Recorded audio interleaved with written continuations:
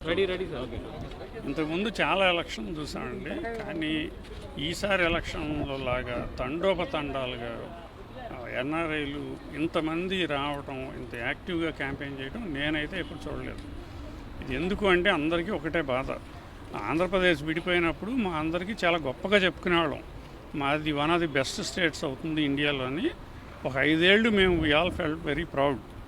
ఈ 5 సంవత్సరాల ప్రభుత్వ విధానాల వలన ఆ గొప్పగా చెప్పుకోవడానికి ఏమీ లేకుండా పోయింది మనకి. అందుకని ఈసారి విపరీతంగా వస్తున్నారు. దీనికి తోడు బాగా ఎన్ఆర్ఐలు ఏదన్నా మెసేజ్ పెడితే వాళ్ళ మీద కేసులు పెడుతున్నారు. ఎన్ఆర్ఐలు వచ్చి ఎయిర్పోర్ట్లో దిగితే అరెస్ట్ చేస్తున్నారు. దానికి ఎదురుగానో ఇష్టం వచ్చినట్లుగా వాళ్ళు పెడతారు.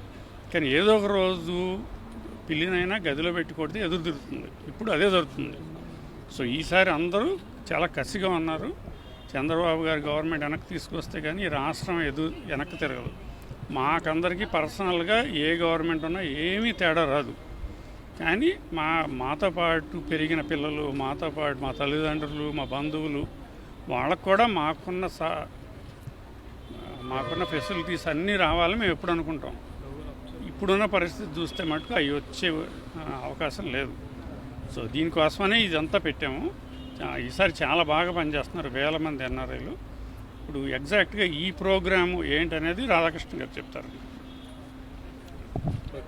ఈరోజు ప్రోగ్రామ్ ఇది 1 వీక్ బ్యాక్ మనం ఎన్రీచ్ ఏపీ అన్నది ఎన్ఆర్ఐస్ ప్రోగ్రామ్ ఒకటి ground campaign kick of meeting conduct చేయడం జరిగిందండి.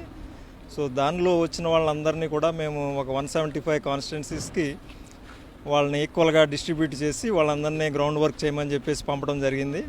సో అలాగే అసైన్మెంట్ లెటర్స్ అందరికీ కూడా ఏ కాన్స్టిట్యున్సీకి ఎవరు వర్క్ చేస్తున్నారన్నది కూడా అసైన్మెంట్ లెటర్స్ అన్నీ ప్రిపేర్ చేసి చంద్రబాబు నాయుడు గారి ద్వారా బీఫామ్స్తో పాటు ఆ లెటర్స్ కూడా మన ఎమ్మెల్యే కంటెస్టెంట్స్కి అందజేయడం జరిగిందండి.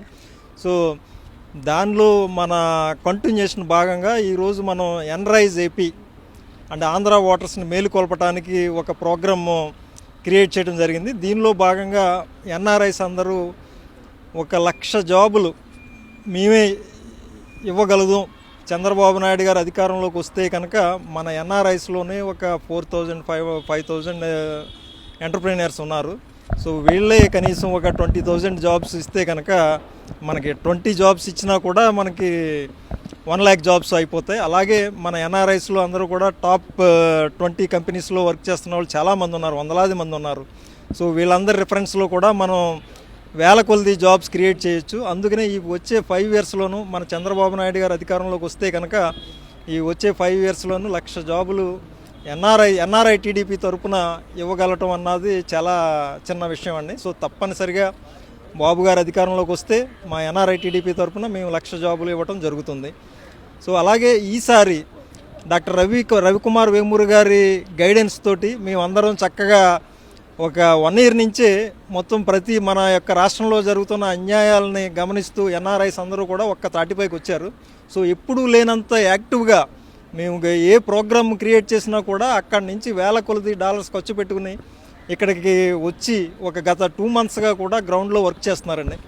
సో చాలా మీకు తెలుసు ఎలా వర్క్ చేయాలి, ఎన్ని కేసులు పెడుతున్నారో ఇవన్నీ కూడా మీకు తెలుసు. అయినా సరే ఎవరు భయపడకుండా సో ఎన్ఆర్ఐస్ అందరూ కూడా ఇక్కడికి వచ్చి ఏమైనా సరే ఈసారి మన ఆంధ్రప్రదేశ్ని అభివృద్ధి పదంలో నడపాలన్నది ఏకైక ఉద్దేశంతో సేవ్ ఆంధ్రప్రదేశ్ని కాపాడాలి ఈ ఒక్క స్లోగన్ తోటి ఎన్ఆర్ఐస్ అందరూ కూడా స్వచ్ఛందంగా వచ్చి దేనికి భయపడకుండా ప్రతి కాన్స్టిట్యున్సీలోనూ ఉన్న ఎన్ఆర్ఐస్ వర్క్ చేస్తున్నారు.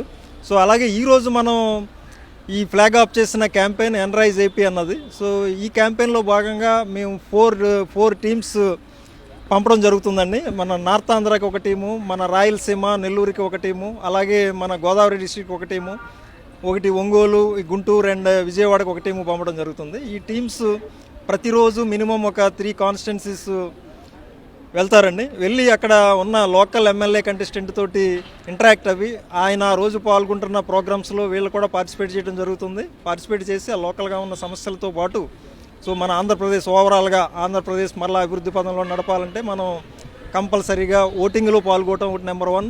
అలాగే మనం ఈ గవర్నమెంట్కి ఎగ్నెస్ట్గా చంద్రబాబు నాయుడు గారిని అధికారంలో తీసుకురావడానికి తప్పనిసరిగా ప్రతి ఒక్కరూ ఓటింగ్లో పాల్గొవాలి. సో సిబిఎన్ గారిని అధికారంలోకి తీసుకురావాలి. తీసుకొచ్చి మరలా ఈ ఆంధ్రప్రదేశ్ని అభివృద్ధి పదంలో నడపాలని చెప్పేసి మా ఎన్ఆర్ఐస్ తరఫున ప్రతి ఒక్కరూ స్వచ్ఛందంగా వచ్చి కృషి చేస్తున్నారు. Thank you. నారా చంద్రబాబు నాయుడు గారి నాయకత్వంలో 2014 నుంచి 19 మధ్యలో ఎన్నో ఉద్యోగ అవకాశాలు వచ్చినాయి. అట్లాగే మీకు 2009 ఆ టైంలో 90s మేమందరం కూడా అమెరికా వెళ్ళి వివిధ రాష్ట్రాలకి వివిధ దేశాలకు వెళ్ళి అక్కడ కంపెనీస్ స్టార్ట్ చేయడం కానీ అక్కడ పెద్ద పెద్ద ఉద్యోగాల్లో కూడా సెటిల్ అవ్వడం జరిగింది. వాళ్ళందరూ కూడా ఇప్పుడు ఇండియాకు వచ్చి అట్లాగే ఆంధ్రప్రదేశ్కి వచ్చి వాళ్ళు కంపెనీలు స్టార్ట్ చేయడం, వాళ్ళందరూ కూడా ఉద్యోగ అవకాశాలు కల్పించే పరిస్థితి ఉంది. సో ఇప్పుడు మనకి తెలుగుదేశం పార్టీ అనౌన్స్ చేసినట్టుగా 2 లక్షల ఉద్యోగాలు 1 లక్ష ఉద్యోగాలు ఇప్పించడానికి వరల్డ్ వైడ్గా కూడా ఎకానమీస్ చాలా చక్కగా ఓపెన్ అవుతున్నాయి. పర్టికులర్గా యూకే ఎకానమీ కానీ, జర్మనీ ఎకానమీ కానీ, ఆస్ట్రేలియా ఎకానమీ కానీ చక్కగా ఓపెన్ అయినాయి. అవన్నీ అవకాశాలు కూడా మనం అందిపుచ్చుకొని, మన యువత అందిపుచ్చుకొని వాటన్నిటిని కూడా ఉద్యోగ అవకాశాలు తీసుకోవాలని చెప్పంటే ప్రాపర్ ట్రైనింగ్ ఇక్కడ క్రియేట్ చేసి వాళ్ళందరికీ యువతకు అందరికీ శిక్షణ ఇచ్చి వాళ్ళందరినీ వివిధ దేశాల్లో ఉద్యోగ అవకాశాలు కల్పించడానికి తెలుగుదేశం పార్టీ అట్లాగే ఎన్డీఏ కూటమి అధికారంలోకి రావాల్సిన అవసరం ఎంతైనా ఉంది. అవన్నీ రావాలంటే తెలుగుదేశం పార్టీ అభ్యర్థులు కానీ అట్లాగే జనసేన బీజేపీ అభ్యర్థుల్ని పెద్ద ఎత్తున బలపరిచి వాళ్ళందరినీ కూడా గెలిపించుకుంటే నారా చంద్రబాబు నాయుడు గారు ముఖ్యమంత్రి అవుతారు. అట్లాగే ముఖ్యంగా మనకి ఇక్కడ తెలుగుదేశం పార్టీ ఆఫీస్లోనే ఎంపవర్మెంట్ సెంటర్ ఒకటి క్రియేట్ చేయడం జరిగింది.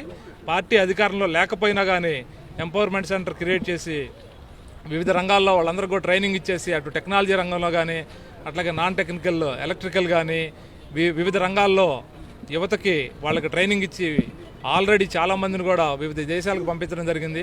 ముఖ్యంగా అమెరికాకు కూడా కొంతమంది హోటల్ మేనేజ్మెంటు అట్లాగే నర్సింగ్ టీచర్స్ వేరు రంగాలకి పంపించడం కూడా జరిగింది. అపార్ట్ ఫ్రమ్ ఐటీ సెక్టర్కి పంపించడం జరిగింది.